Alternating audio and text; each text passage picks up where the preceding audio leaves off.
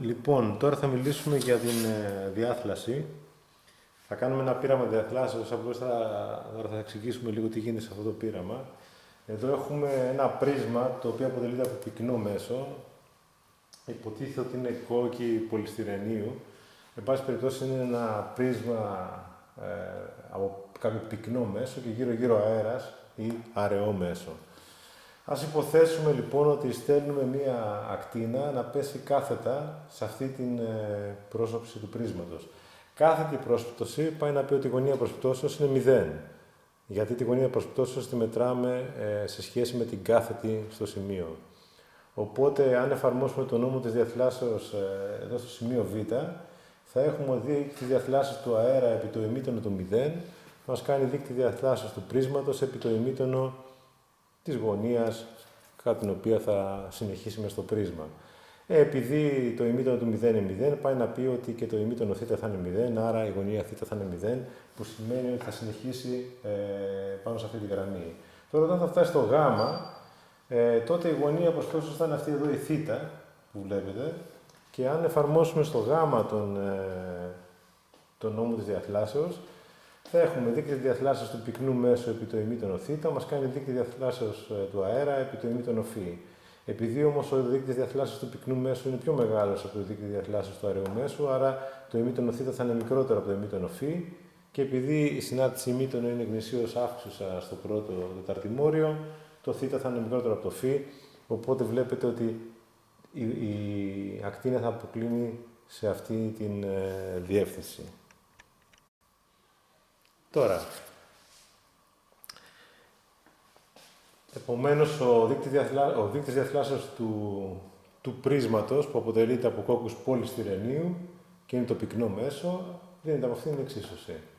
Τώρα, ο σκοπός τώρα είναι να υπολογίσουμε αυτό το δείκτη διαθλάσεως, επίσης να βρούμε το σφάλμα στη μέτρηση του δείκτη διαθλάσεως από διάδοση, θεωρώντας ότι έχουμε σφάλμα στη μέτρηση της γωνίας θ κατά 2 μοίρες, όπως και σφάλμα στη μέτρηση της γωνίας φ κατά 2 μοίρες. Φυσικά τα σφάλματα είναι μεγαλύτερα, αλλά τώρα αυτό το κάνουμε μόνο για να παίξουμε.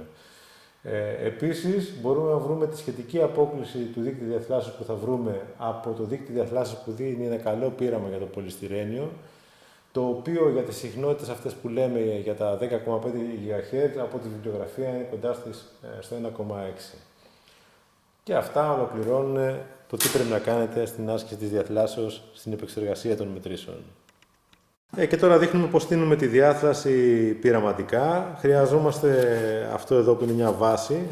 Το τοποθετούμε εδώ, πάνω στο γωνιομετρικό κύκλο, και μετά έχουμε αυτό το φοβερό πρίσμα, το οποίο, όπως βλέπετε, δεν είναι ακριβώς, ας πούμε, ορθογώνιο τρίγωνο και ούτε είναι εντελώς γεμάτο με κόκκους πολυστυρενίου, και εκτός από τους κόκκους πολυστυρενίου, αυτούς που έχει μέσα, έχει και κάποιο διαφορετικό φελιζόλ απ' έξω, αλλά εν πάση περιπτώσει, ας πούμε ότι αυτό το πράγμα είναι το ωραίο τρίγωνο εκεί που βλέπετε στον πίνακα, και ότι εμείς το τοποθετούμε, ας πούμε, έτσι ώστε να έχουμε πράγματι περίπου κάθετη πρόσπτωση των μικροκυμάτων. Βέβαια, στην πραγματικότητα, επειδή τα μικροκύματα εκπέμπονται σε χωάνι, μόνο για την κεντρική ακτίνα ισχύει αυτή η κάθετη πρόσπτωση.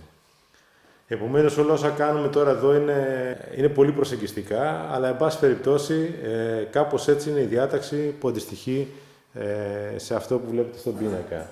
Τώρα, αυτό που θα κάνουμε είναι να μετακινήσουμε, επειδή ξέρουμε σύμφωνα με αυτά που βλέπουμε στον πίνακα ότι η διαθλόμενη θα είναι προς τα εκεί, σε αυτή τη διεύθυνση, γι' αυτό θα μετακινήσουμε τον δέκτη μέχρι να βρούμε αυτό το τοπικό μέγιστο που αντιστοιχεί στη διαθλόμενη ακτίνα. Έχω ανοίξει τον δέκτη. Βλέπετε ότι το βολτόμετρο έχει κάποια ένδειξη, η οποία είναι μεγάλη, γιατί παίρνει απευθείας έτσι όπως είναι. Εμείς ψάχνουμε κάποιο τοπικό μέγιστο, το οποίο βρίσκεται μετακινώντας τον δέκτη πέρα. Δηλαδή θα πάω να κάνω αυτή την κίνηση τώρα και θα δούμε πού μπορώ να βρω τοπικό μέγιστο. Λοιπόν, σας δείχνω μόνο τι δείχνει το πολύμετρο. 1,32 λέει εδώ. 1,0, βλέπετε πέφτει, 70, 66, 58, 52, 50, 49, 51, βλέπετε τώρα που αυξάνει. 58, 59, 61, 62, 63, 65, 67, 70, 73, 74, κάπου εκεί είμαστε, παιδιά. Από εκεί και πέρα νομίζω θα αρχίσει να πέφτει, ναι, όντως. Άρα πρέπει να επιστρέψω λίγο πιο πίσω Κάπου εδώ τέλος πάντων είναι το μέγιστο, το τοπικό μέγιστο που ψάχνουμε και τώρα πρέπει να μετρήσουμε αυτή είναι εκεί τη γωνία, πόσο έχει εκτραπεί ο δέκτης από την ευθεία. Έχω αφήσει μόνο τους χάρακες για να μπορέσω να μετρήσω τη γωνία. Όπως βλέπετε εδώ η γωνία είναι ας πούμε 167 μοίρες. Οπότε πρέπει να κάνω την αφαίρεση 181 μείον 167 για να βρω τη γωνία φ. Αυτή η γωνία που μόλις μέτρησα στον γωνιομετρικό δίσκο είναι αυτή η ω που βλέπετε, η πορτοκαλί.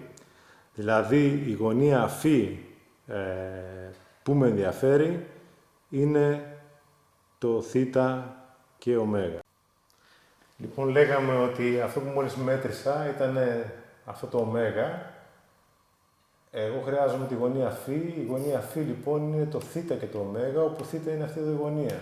Πώς θα βρούμε λοιπόν αυτή τη γωνία? Αυτή τη γωνία μπορούμε να τη βρούμε εύκολα, γιατί αυτή εδώ η γωνία και αυτή εδώ η γωνία είναι οξύες γωνίες με πλευρές κάθετες, οπότε είναι ίσες.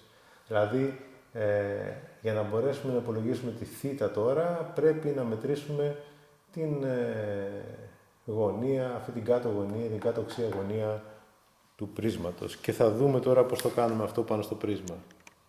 Λοιπόν, κοιτάξτε, αυτό το να μετρήσουμε την οξία γωνία του πρίσματος γίνεται με διάφορους τρόπους. Τώρα, κανονικά εδώ χρειάζονται 2 άτομα. Αλλά, εν πάση περιπτώσει, έχω βάλει τους χάρακες σαν οδηγούς που να μου δείχνουν την μία κάθε πλευρά και την υποτείνουσα του τριγώνου. Και έχω βάλει το μοιρογνωμόνιο ακριβώς στην κορυφή της γωνίας. Εάν προσέξουμε εδώ, θα δείτε ότι αυτή η γωνία είναι κοντά στις 20 μοίρες. Ας πούμε ότι είναι 21 μοίρες.